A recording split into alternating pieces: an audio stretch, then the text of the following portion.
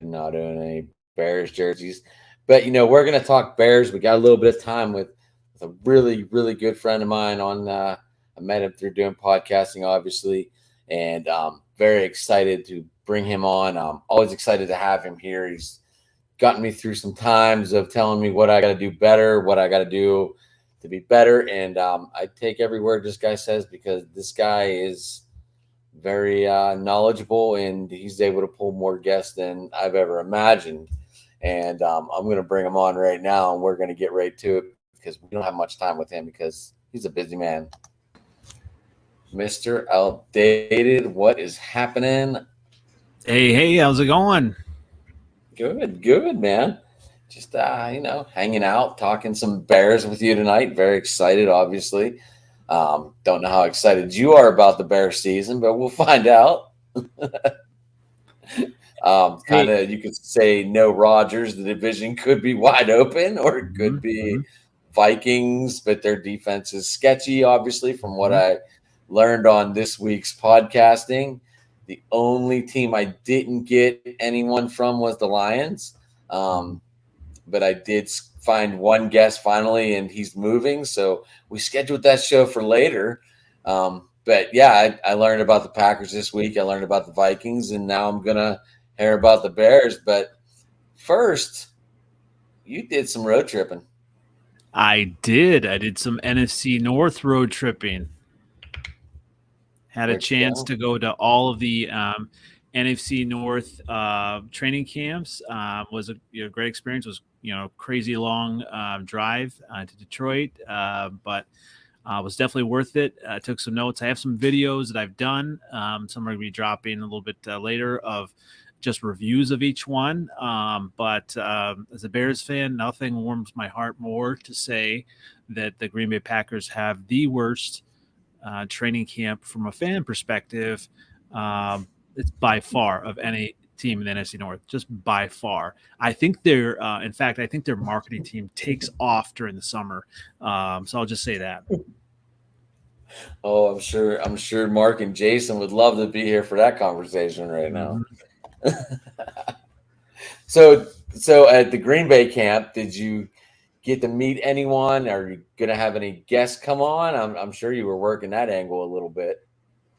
Yeah, a little bit. It just had a chance. I wanted to see it from a fan perspective, right? I think because there are a lot of people that do it, for their job and everything. But me, for a fan perspective, wanted to come in and say, okay, well, what is the experience going to be like, and evaluate it from everything from food, just to fan player accessibility, and had a chance to saw obviously.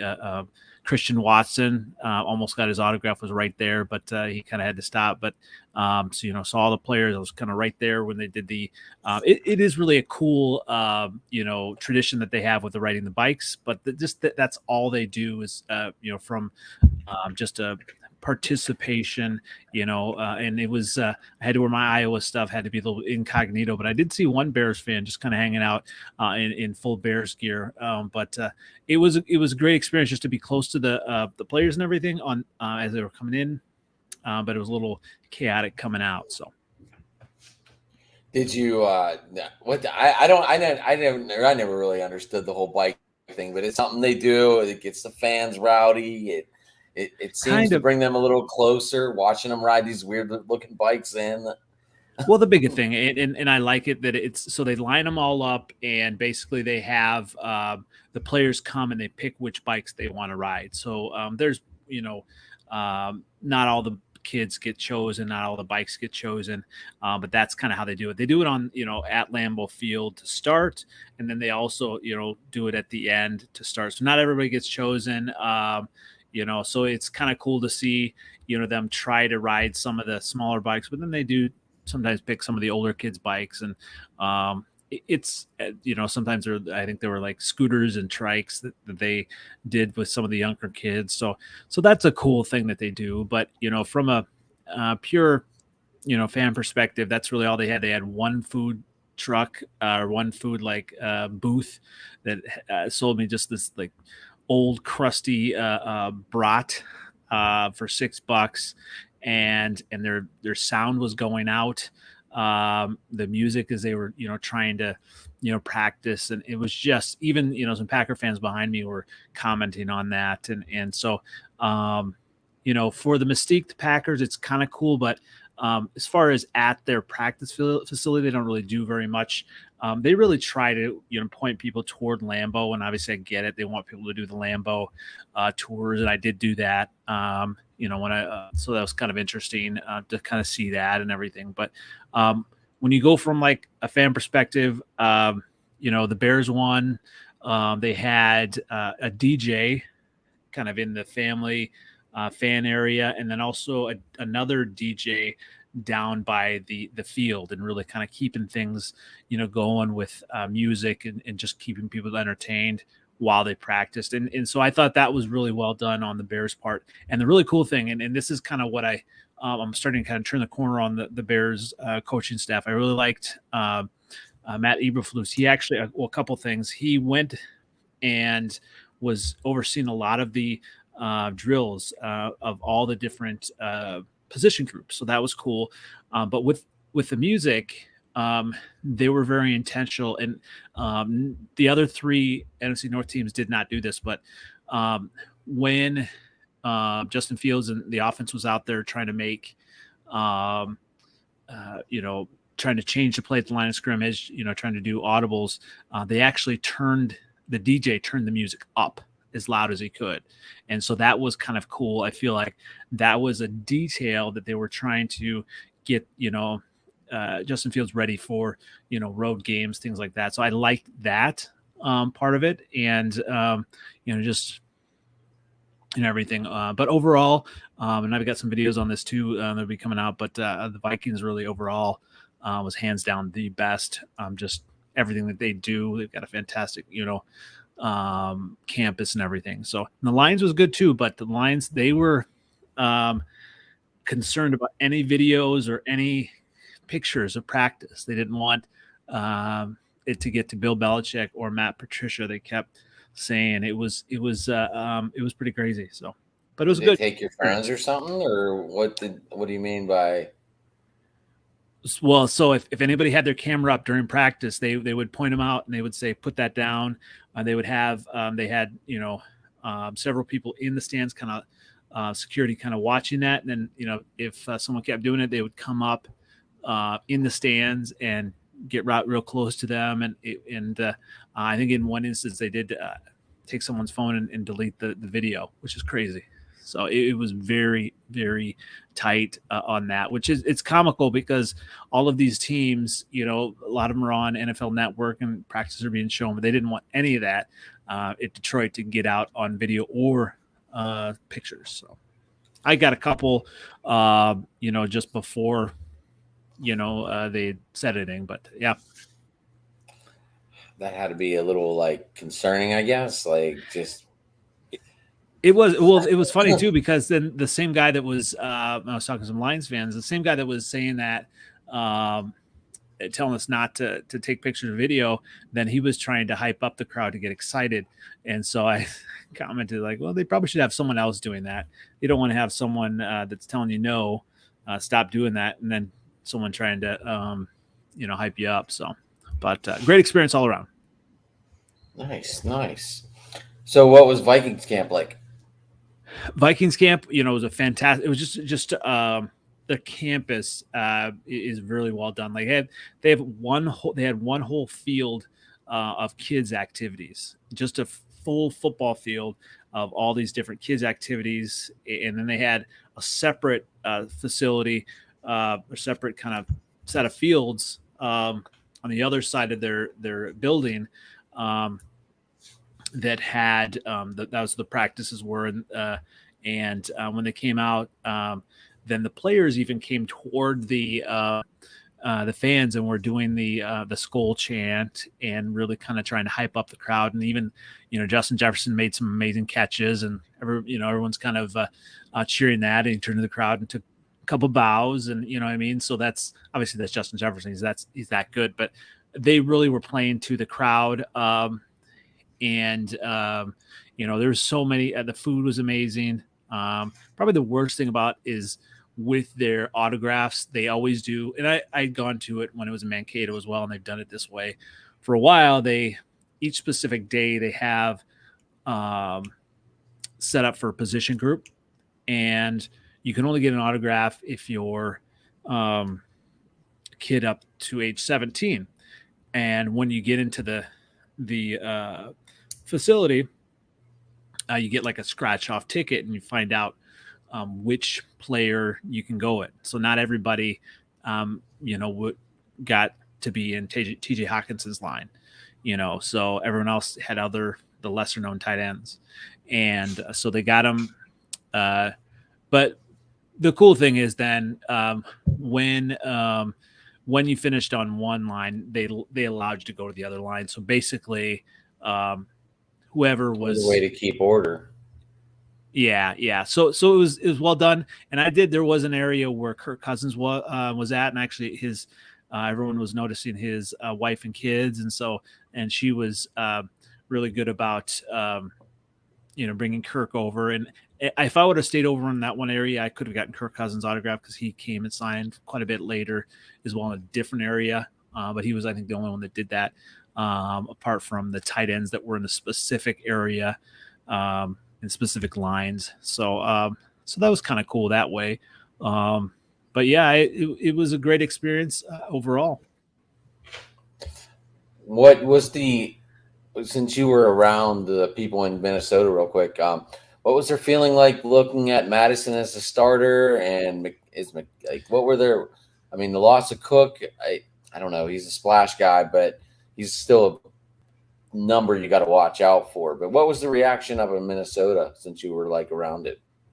Yeah, I think they're cautiously optimistic about Madison. They like what we can do, but we'll see. They were really excited about Addison, adding him.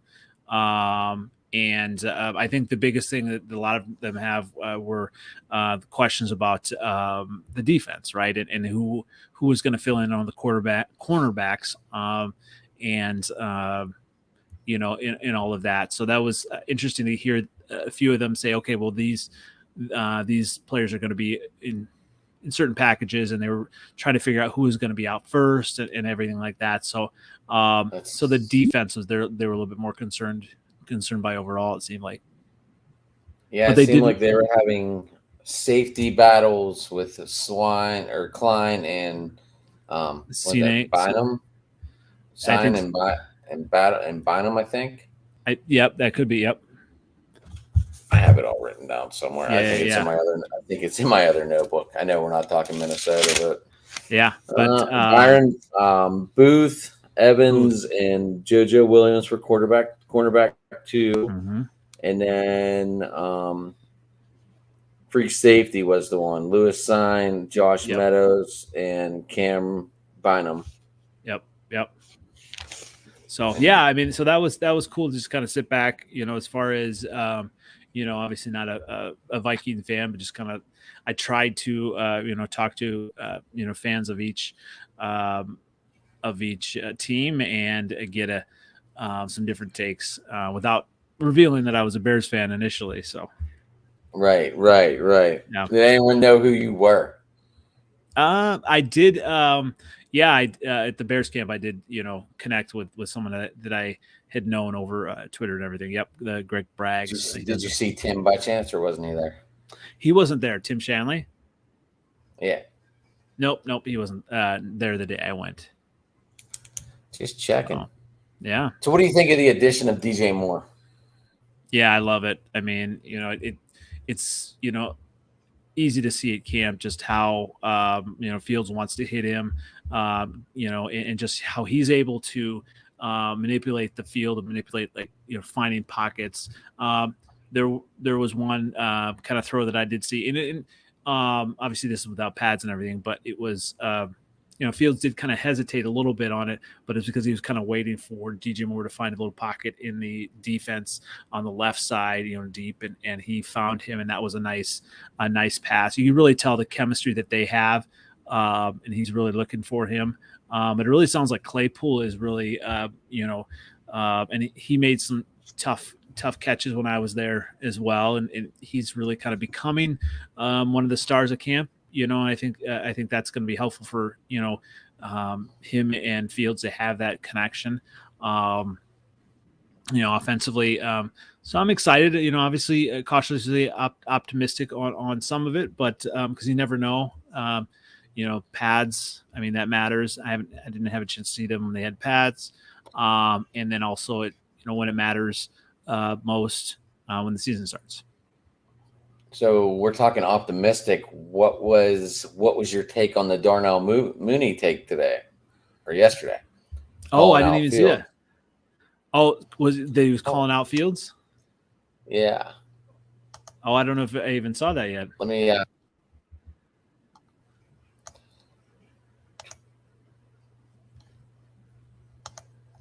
I think it is, while you kind of look for that, I think it is, evident that, Fields does still have a lot more growth, just kind that was part of his quote today right there.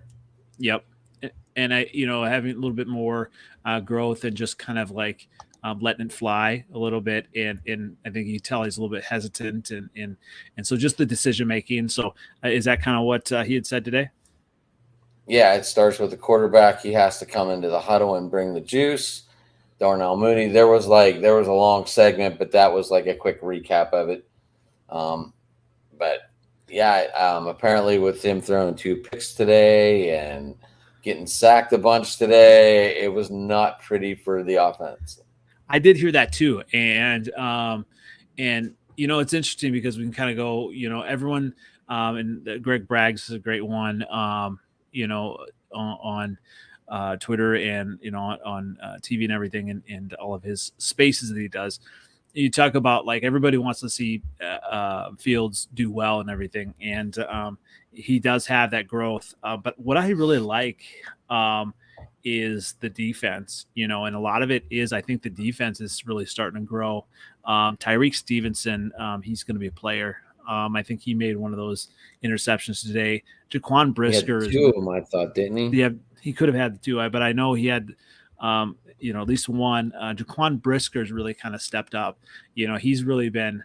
I think he was calling out Luke Getsy on. I don't know, it was yesterday or the day before, just saying, don't come my way, and so I think it's cool to hear that because, obviously the Bears have been known for defense for so long. Right. And last year they were just terrible. A lot of it was because, they were getting rid of players and remaking the defense. And so I think to hear some of those younger players really take that step, it's only going to make Justin Fields better, facing them, in the long run, if they can really step up back and forth, and now obviously with the Bears adding Yannick Ngakoue, I think that's going to be huge for their pass rush. I think it's going to be huge. But yeah, I mean, so I think that's good. You got players calling each other out. I mean, you're challenging each other. Then that's what you want to do. And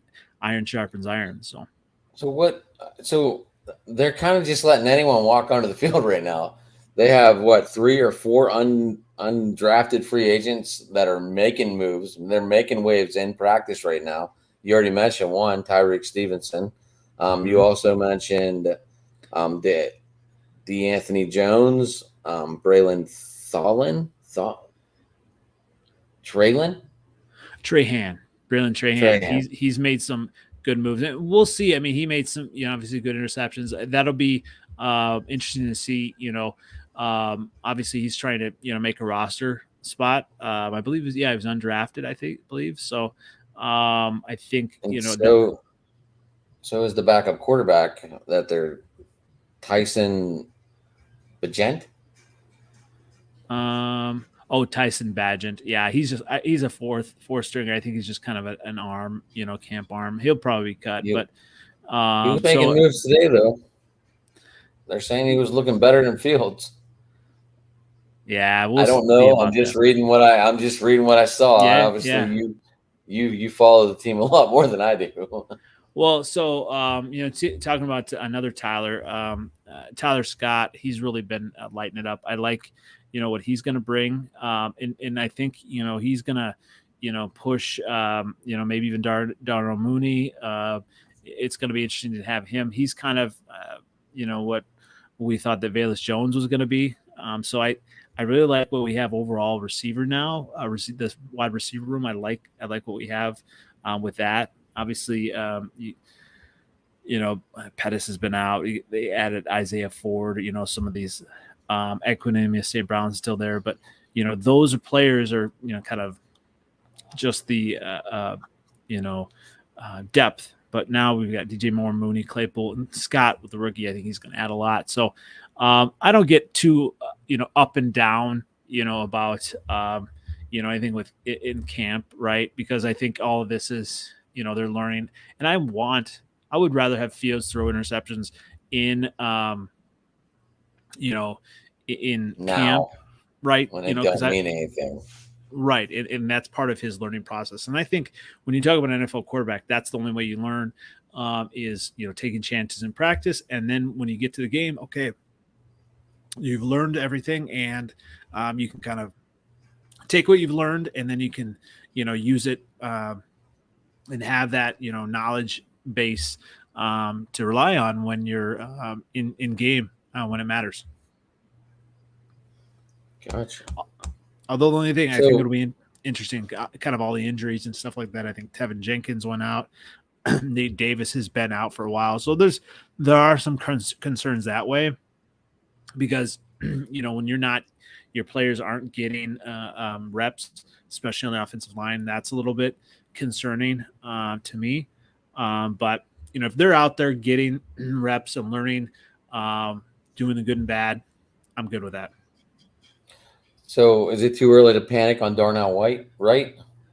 He's getting beat by everybody in camp, apparently. He is. There's no panic. Obviously, he's a rookie. He's learning. Yeah, and he's been getting beat. Who did I hear was beating him continuously? Everybody. Yeah. They said like 4 stringers were beating him, and they named like 5 different people, and I didn't jot those players down. I was hoping you might have knew them, but I mean, I'd heard one. I mean, I don't get, like I said, I don't get too excited about that. I think when you think of a rookie, I mean, that's gonna happen, right? Especially offensive line, you get these veterans who know and can have know the moves and stuff of rookies, and hopefully I think that'll be some a teaching point, right? But yeah, I mean, offensive line, that's gonna need to be solid by the time we get to the regular season. It'll be interesting to see if they add anybody else, but yeah, he's a rookie. I'm not looking at this Bears team as a 12-win team or a team that's gonna go deep in the playoffs. It's just not that. I think there's definitely a lot of potential with the team, but it can go either way. Obviously, with Fields in that line being healthy, and there's some very winnable games with the Bears. I think we have an easier schedule than the Packers. So I think there's an opportunity there, but obviously there's going to be a lot of growth that's going to need to happen in season. So you saw Tyrique Stevenson in practice. Did he look good when you were there? Because apparently they're saying he's getting beat by everybody too. Oh, Tyrique Stevenson? I don't know. I don't know where you're getting the sources, but he's been looking good. Yeah, he's even ahead of Kyler Gordon. He was good. I think it was from Corin. Oh yeah, I thought he was looking good. And you never know from week to week, but I like Jalen Johnson. But once again, I like what Jaquan Brisker has been doing as well. He's everywhere. They say that man is like everywhere right now. But yeah, Tyrique Stevenson, he's going to be a player, I think. Okay, he's an undrafted free agent, so that's Tyrique Stevenson. Huge. Yeah. No, Tyrique Stevenson was drafted. Was he? Yep. I don't know where I saw that. It said, I don't know. I don't know. Shit. But anyway, You know more Yeah. about this team than I do. I was just reading, and I could have swore I saw undrafted free agent. I even have UDFA next to his name. Oh man! But anyway, yeah. So I mean, overall, obviously it'll be interesting to see kind of when they preseason game. You see some of these younger players, who's going to get some reps, and but overall, I think pointing to week one, I'm very optimistic about that game.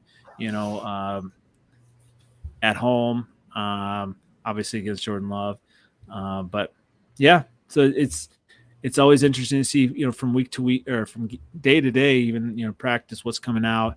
But I think the biggest thing right now is a lot of the injuries. So what are you saying? Like 6-11, 7 Oh, I'd say 9-10 wins easy on this. Okay. I mean, I think I even kind of went through it, and there's a possibility of 11. But I mean, you look at it. I mean, Green Bay, right? That's it's at home, versus Jordan Love. He's going to take time. Tampa Bay, I think, is going for Caleb Williams. Kansas City is going to be interesting at Kansas City. I'm thinking that's a loss. Are you going to drive over? No. Well, no, probably not. Washington, or I say Denver. Actually, I'm gonna say Denver's a loss. I think Denver's defense is going to be tough. Washington W. Let's go through this. Minnesota. It's at home. It is at home. It's in October. I think Bears are going to win there. Vegas win because we don't know what Jimmy G is going to be in their defense. We don't know if Jimmy G is going to be there. Starting. Right. Lost to the Chargers. New Orleans defense is going to be tough, I think. At New Orleans, I'm going to say we'll say lost there. All right.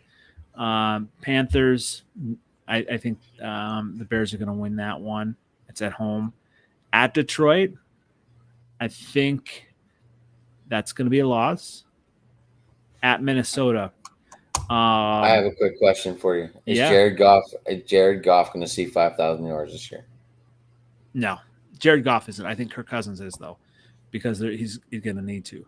I'm going to actually say the Bears sweep the Vikings this year. So win. I'm going to say the Bears beat Detroit at home. That is the night game. That is the night game on Thanksgiving, I believe. No. Which one? The second Monday in Minnesota. Monday. That's a Monday. Because they play the 19th, and then they play after. the 27th. Wouldn't that be Thanksgiving? No, it's on a Monday. I'm not sure what day. All right, yeah. And Detroit, I think they beat Detroit there. I think they lose to Cleveland at Cleveland. They beat the Cardinals. Beat the Falcons. Falcons are going to be tough, I think.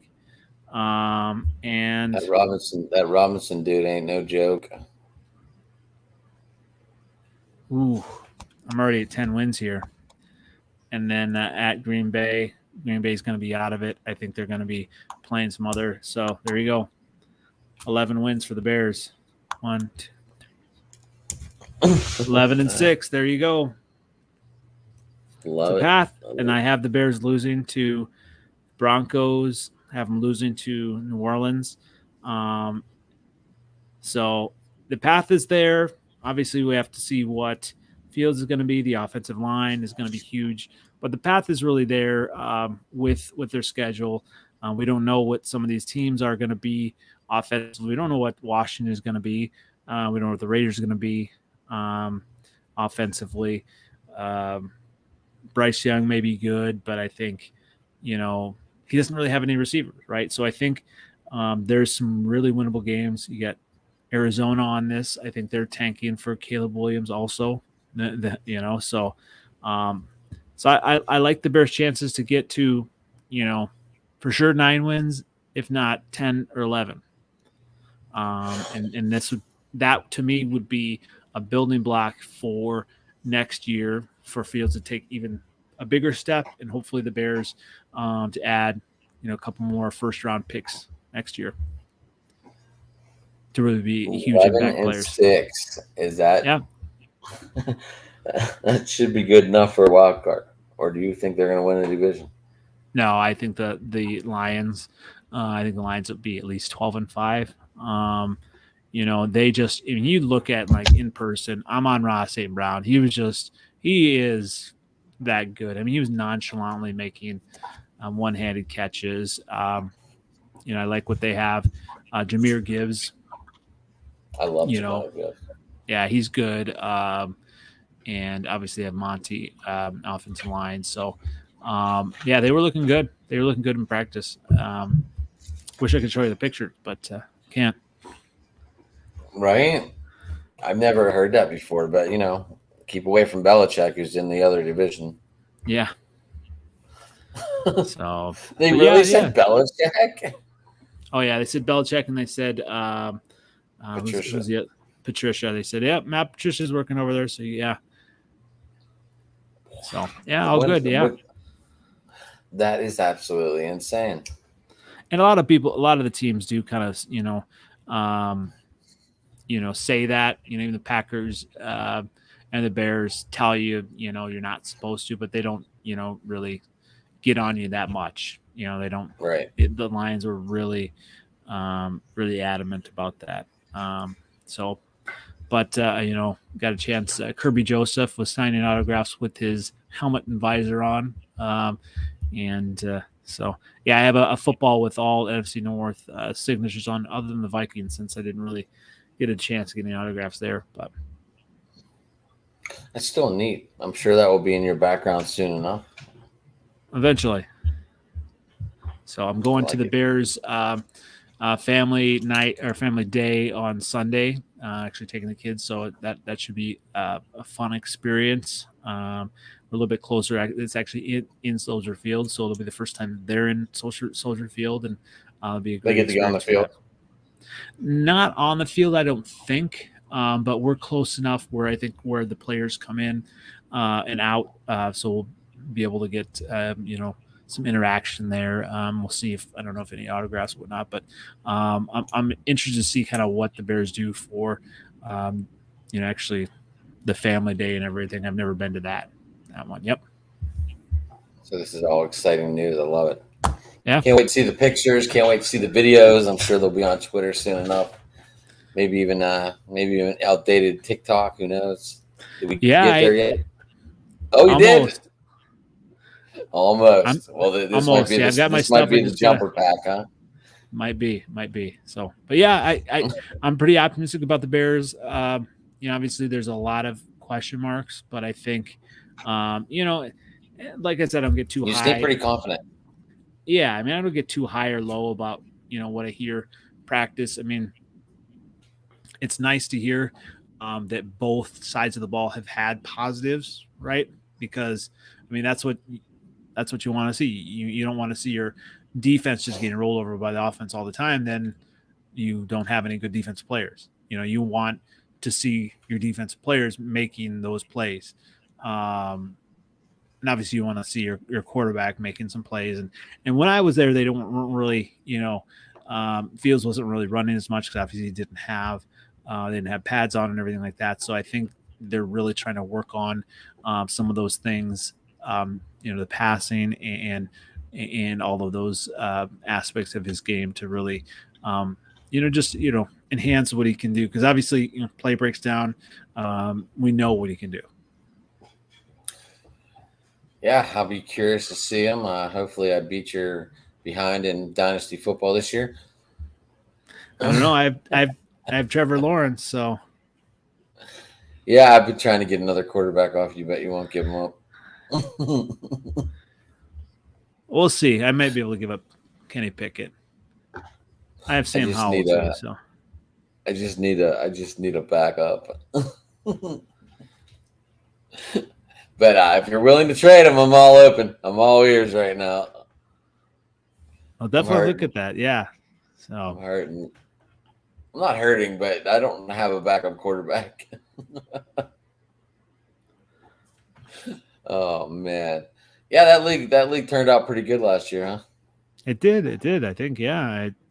I obviously I didn't get close to winning it, but I like some of my players. You know, and interesting enough, I do have quite a few NFC North players. Obviously now that I have DJ Moore, but yeah, I like where my team is at. Um, so I was at the Lions camp and I was hoping to get, I was wearing all my Iowa stuff, hoping to get Sam Laporta to sign something, but I did get a chance. Jack Campbell came over and some Iowa stuff and said, "Love your hat," and he signed.